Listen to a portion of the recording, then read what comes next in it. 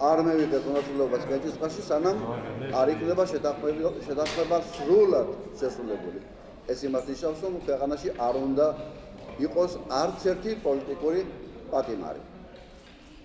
მოუწია ივანიშვილს პოლიტპატიმრების განთავისუფლება ძალიან მძიმე დარტყმების შემდეგ, როდესაც მას პირადად შეეხნა, მის პირად ფინანსებს დაემუქრა საფრთხე და როდესაც ასევე თუნდაც საგარეო დახმარების შემოსვლასაც დაემუქრა საფრთხე. გაათავისუფლებს ურუას. დღეს იქნება თუ ხვალ, ამას ჩვენ ვნახავთ. ვინაიდან ივანიშვილს არ აქვს რესურსი კონსტიტუციის ჩაგდების. ეხლა ამაყობენ 3-ით მეტი მარტო.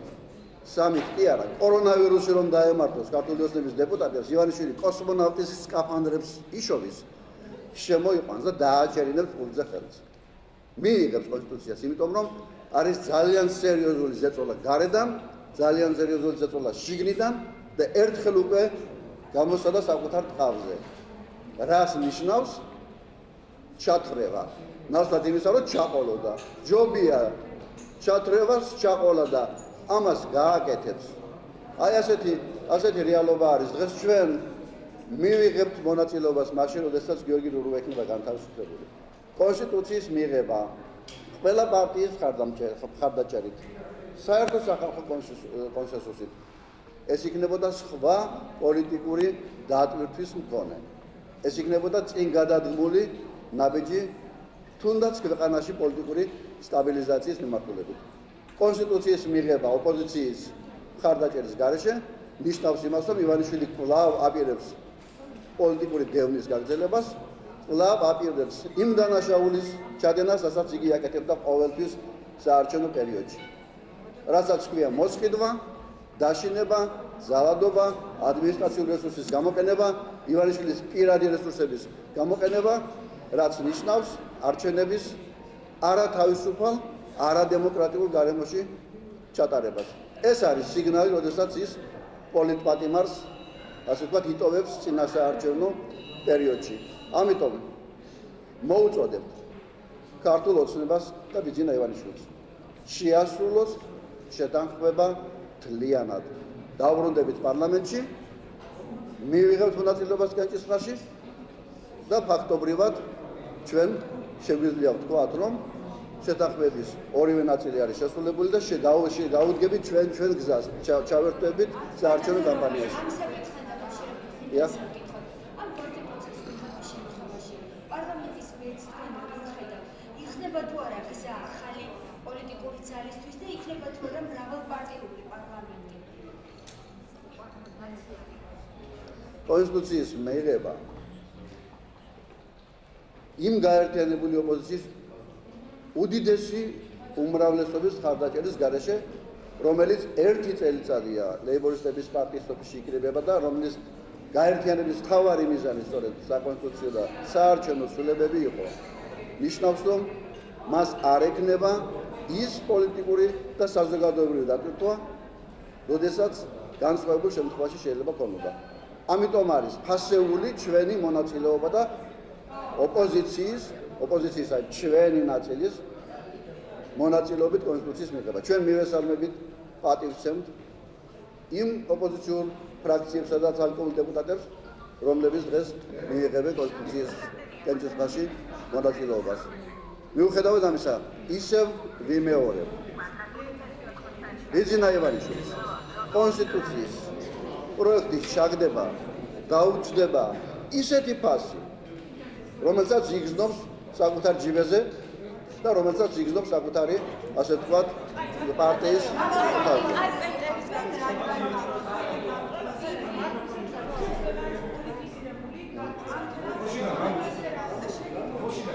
ამ კვლევამ გვაჩვენა, რომ ჩვენი მოსახლეობის აბსოლუტური უმრავლესობა მართლმსაჯულების სისტემას, სამართალ დამცავ ორგანოებს მიიჩნევს ხელისუფლების მომსახურე ინსტიტუტებად, მიიჩნევს ქართული ოცნების საარჩევნო შტაბის ნაწილად.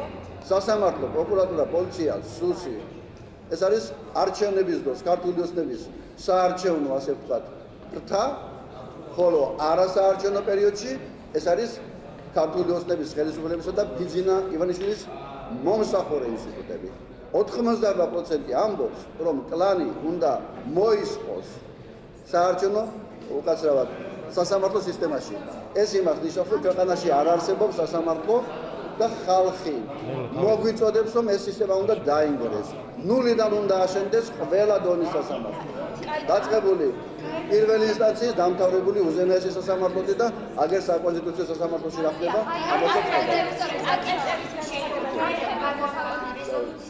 ეს მე ბოლოს მართლმა პარტიამ რულა უნდა გაათავისუფლოს და მის პარტიას შემოყალიბებული ფაქტორების გარეშე მისცეს არჩევნებში მონაწილეობის საშუალება.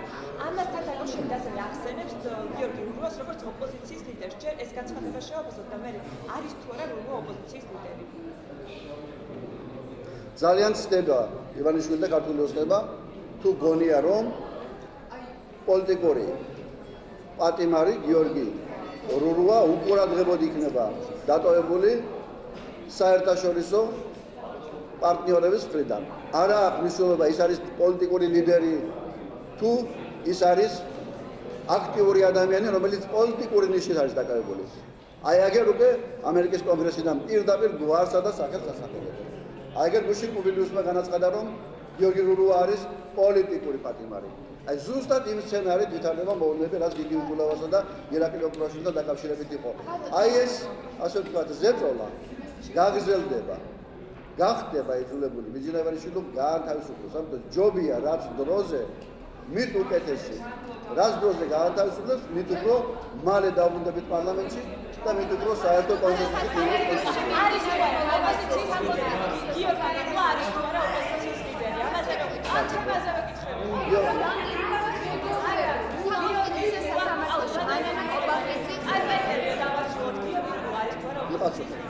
გიორგი რულა არის გიორგი რურუა, კარგი, დაგან გიპარებოდი. გიორგი რურუა არის პოლიტიკურად აქტიური ფიგურა. ის არის დამოუკიდებელი მედია საშუალებების დამფუძნებელი. ის არის საპროტესტო აი ამ აქციების ერთ-ერთი აქტიური მონაწილე და მისი დაპატიმრების მოტივი იყო სწორედ მისი პოლიტიკური აქტივობის შეწყვეტა. პოლიტიკური ნიშნით დაპატიმრებულ ადამიანს ჰქვია პოლიტიკური პატიმარი. ამიტომ არის რომ დღეს როგორც ქვეყნის შიგნით ყველა პოლიტიკური პარტია, ასევე ქვეყნის გარეთ, როგორც ევროკავშირში, ასევე ამერიკის შეერთებულ შტატებში, ყველა პოლიტიკოსი მას მოიხსენიებს როგორც პოლიტიკურ პატიმარს და ყველა მოწოდება არის მისი გათავისუფლების მიმართულებით როგორც პოლიტპატიმრის სულაში გამოდიან.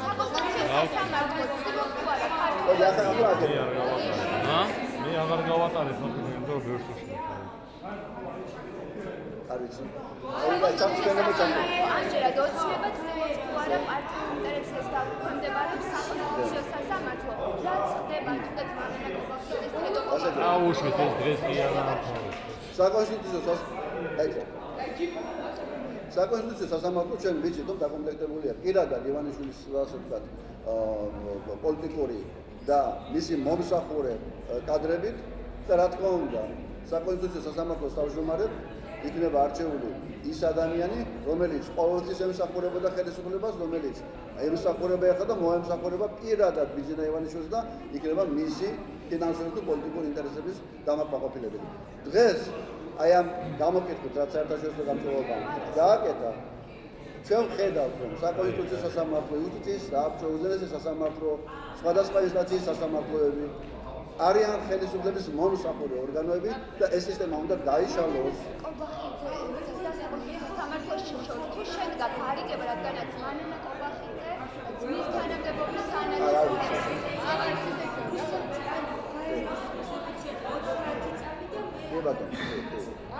სანამ ითხარი მიწია, იცი, დროზე. კი, ანუ ვიხარ პოზიცია თქვენ იყო საუბარში თქვენ როგორ აღსებთ ამ გარეს ამ რეზოლუციის რუსეთი კიდევ ერთხელ არის გამოცხადებული ოკუპანტად და როდესაც გაეროში ამბობენ, რომ რუსეთი არის ოკუპანტი, საქართველოს ხელისუფლებას და ქართულ ოცნებას ერთი, ასე ვთქვათ, გადაკრული სიტყვაც ვერ დავასტეინეთ რუსეთის მისამართით. 8 წელი გავიდა და პუტინი ახსენა ბიძინა ივანიშვილმა. ერთხელ მაინც თქვა, რომ პუტინი ასე ვთქვათ, არის ოკუპანტი ქვეყნის პრეზიდენტი ან ცუდი კაცი ან ტერორისტია და აგერ ჟურნალისტი კლავდა. პუტინის ხსენებისა რატო ეშინია ქართულ ოცნებას, როდესაც გაეროში აგერ ოკუპანტ სახელმწიფოდ არის გამოცხადებული. იმიტომ ეშინია, რომ ქართული ოცნება არის ის მმართველობა, რომელიც ქვეყანას აბუნებს რუსული ორბიტისაკენ. ეკონომიკის სამინისტროს განცხადების მიხედვით ფონტერა შეიძლება რომ დაუდგეს ის ვიცი, წავიკითხავ და მე. დიდი მადლობა. მოგზაურობთ ბატონო.